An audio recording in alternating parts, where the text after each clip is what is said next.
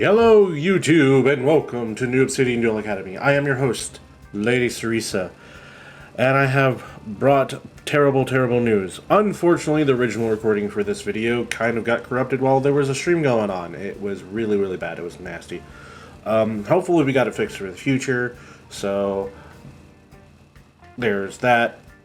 But I want to go ahead and get into the fact that we are actually playing Solfachord.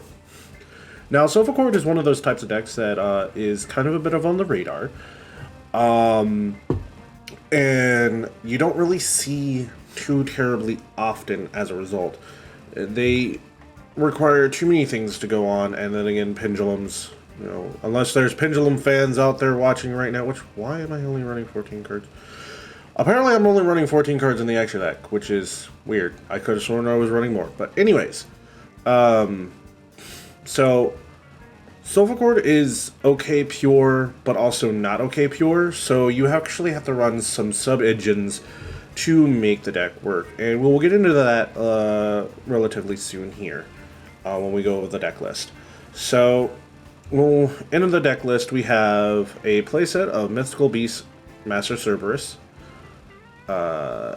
We have 2 copies of is it high dough or low dough? I believe. Hold on. No, it's high dough. Solfachord Kulia. 1 copy of Solfachord Beautia. 1 copy of Supreme King. Supreme King Gate 0. 2 copies of Mythical Beast Jackal King, which you can actually bump down to 1. It's fine. So you play 3 Cerberus and 1 Jackal, but 2 is for that extra link, or not link, the extra scale there. 1 copy of Symphonic Warrior Mike. Boop, boop, beep, boop, boop. Oh no, 2 copies. My bad. I'm looking wrong. Then we have Solfachord Gracia. 2 copies. A playset of Supreme King Dragon Darkworm to get our Gate 0. 1 copy is Solfachord Fancia. A playset of Symphonic Warrior Guitar, because 1 copy of Solfachord Lydia. And then 3 copies, a playset of Solfachord Dremia. And then, finally, for our monsters, we have a playset of Solfachord Cutia. In the spells, we actually only run 9 spells. We have one for one because Cutia is actually really, really important in this build. It searches out your other pendulums. A playset of Solfachord Elegance, which allows you to get rid of your pendulum scales to do more stuff. Add pendulums from your extra deck face up into your hand, or something like that. I don't remember exactly. Oh no, it goes into your pendulum zones, and then you can actually search a pendulum, Solfachord monster pendulum, and from your deck and put it in your pendulum zone right away. 2 copies of Dragon Shrine and Foolish Burial for our Darkworm engine, and then we actually only run 2 copies of Solfachord Harmonia, which is okay. You can change its pendulum scales, which is not always necessary. The final effect is what we want, but we don't always get. But we can also the effect that we use the most is the first one, which is add 1 face-up Solfachord pendulum monster from your extra deck to your hand, and usually it's Cutia if you don't have Gate 0. Because again, she's the important one that allows you to do your searches. For traps, we actually run a playset of Infinite Impermanence, our only hand trap in the entire deck, unfortunately. Wish you could run more, but, you know, it is what it is.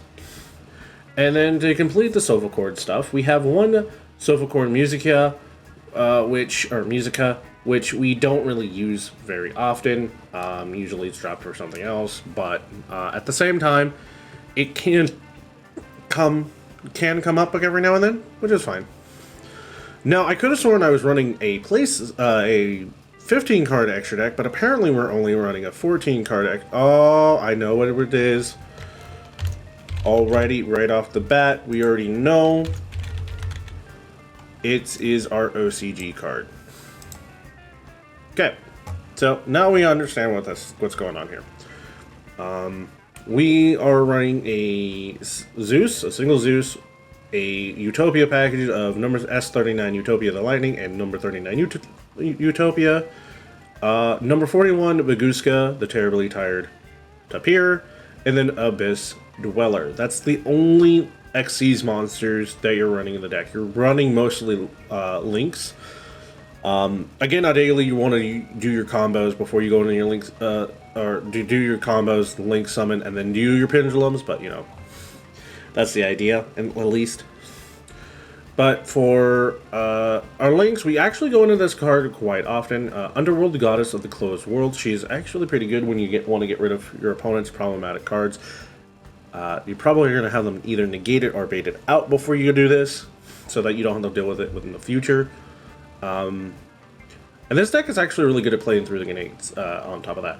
So we have one copy of Access Code-Talker, one Appaloosa Bow of the Goddess, which does come up, one copy of Nightmare Unicorn, one Selene Queen of the Master Magicians, which can come up, doesn't always come up. It is what it is. One copy of Nightmare Phoenix to deal with back row. One Grand Solfachord Musica. This card is actually Solfachord's main link monster that you want to get into. Most decks run them at 2. We only run it at 1 because we actually have another pendulum or link monster that we can actually go into that benefits us a little bit more. Finally, we also have the Wind Charmer Verdant. And the card that I was mentioning before, Beyond the Pendulum. This card was released a few weeks back, I believe, maybe earlier in the month. This card is very, very phenomenal. It's basically like Electromite, but weaker. Unfortunately, you do have your Pendulum monsters negated, but after you already go into this card, you're going to Pendulum Summon right after anyways. And then your Pendulum effects come back to life again. So, like, that is not really problematic. Then we also have one copy of IP Masquerena, which does come up to go into our Appaloosa or Access Code-Talker, and occasionally into our Underworld Goddess on our opponent's turn to act as a disruption. So, for the side deck, I feel like it's still pretty standard. You can change it up based on what you're going up against, but we play against some combo heavy decks that usually don't do a whole lot outside of that. So we actually play 2 copies of Nibiru the Primal Being, 2 Artifact Lancia, a playset of Ash Blossom Joyous Spring, 2 copies of Lightning Storm, 1 Harpy's Feather Duster, 2 copies of Dark Ruler No More because we were used for Burden Droplet, we would basically lose advantage. 2 copies of Cosmic Cyclone, and then 1 copy of Red Reboot. For, as everyone knows, it's for your fuck your chicken strips. We do, thankfully, thank you for Absol. If you're watching this, Absol, you are wonderful. We do have a couple of replays that Absol saved during the stream and during the recording side because the stream ended abruptly. So we will go ahead and go into that. He saved all replays of our duel, and they're right here. So we're going to start off with the first one. Chaos God Absol. He's not a Chaos God, but you know, he wants to believe it. So we're going to swap. So they're going to go first. They set Windy and have an Infinite Permanence. Infinite Permanence is actually really annoying because it stops Arcudia, which is actually really important for us. But I still try to go into plays to, you know, fix that. Unfortunately, I had a Pendulum Summon, and then Musia basically allowed me to get my Cutia back for round 2. I was nervous to sack their set monster because, you know, if it was a Shadala card, then I basically died. Why he negated this card, I don't really know. He doesn't even know it either. He just did it. And then Windy Winda basically told me I am going to have to surrender because I can't play past Winda. Round 2, we're going to go ahead and we're the ones going first this time. We're in round 2, so we're just basically using guitar to get mics to allow us to have an extra normal summon. Beyond the pendulum, get another card. We still have access to Mike's effect, which was really fucking amazing. Then we pendulum summon into our monsters. Go in a couple of more searches. Elegance is really awesome. IP Masquerena, we're ready for the some shenanigans. So they're going into this card. They're targeting my IP. I'm basically looking like that, like, hell no, you're not doing that. Get rid of their monster, get this. But unfortunately, at the same time, they get their monsters back. And they get into this card, which basically scares the shit out of me, but they try to pop it, and it's not affected by opponent's card effects. Wow, that's going really, really fast. They're trying to destroy it by battle. It works. They get their Shadal Fusion and pass turn. I get to go ahead and pendulum summon. I didn't want to pendulum summon right away, but I felt like I didn't really have a choice. Elegance couldn't be activated because there's not this in the. This is actually in the way, but I'm still able to make a bunch of plays. Get rid of it for that and get an access code talker and start beating him down for game. I don't know if I win this round. Actually, yeah, I do win this round, of course. But yes, access code talker basically sits there and says I'm not going to die. But I think they actually do out it here. No, they don't out it. But now I have popping power, but I'm actually going to try to get Cutia back. Try to get around all of this other stuff. Clear out their board as much as humanly possible. Now I can't activate access code talker's effect because of one of their monsters. But I can still do more stuff. And the effects are negated. There's no really reason to do anything, but you know, that's the game. Round 3, I don't remember if I win this game or not, so we're about to find out. So they're going to go first. We're going to swap the screens. They actually are running a weird build. Invoked Flower Guardian Shadal. Flower Guardians are supposed to be able to get their effects going off and everything else. And they stop at Caliga, which is really interesting. They do imperm my Cutia, which means the Cutia is the last thing I can do. They are going, oh hey, you can only have one summon, and then they hit me with the Invoker. I thought I could just go over to Caliga, which is not the case. The Book of the Law is still confusing to me. I don't think it's necessary, but you know, that's my own personal opinion as an Invoke player as myself. Mechapelic becomes a problem, and so does Algodius. I am sitting there waiting, backing up, and apparently I did not have enough summons to deal with this board, and so Nibiru does not activate. I am going to try to play around Algodius because Mechabot is not concerning. I'm not concerned by Mechabot at all whatsoever. They do, like, get rid of my monster, but I did get a search. I do get to get some draw, get rid of their... Well, I actually do a whole lot out here, as you can see.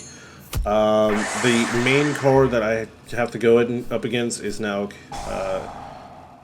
Coctius, which is not really a hard card to get over. They are going to use Alistair to get around that. I have Dragon Shrine. I don't know if I can use Dark Worms. Yes, I do. Dark Worm gives me a monster on board. I get a free normal summon. Trap card actually comes in clutch here. Get Elegance, Beyond the Pendulum, doesn't use the effect, go into the Selene, realize I can't actually use Selene's effect on Beyond the Pendulum, but I still get Indigo at Access Code Talker because of Jackal King. I am still going to pop cards. Now they've targeted their own monster because I guess my monster can't be targeted or something, but I get a free Pendulum anyways, and I can attack over their card and just sit back, relax, and watch them surrender here.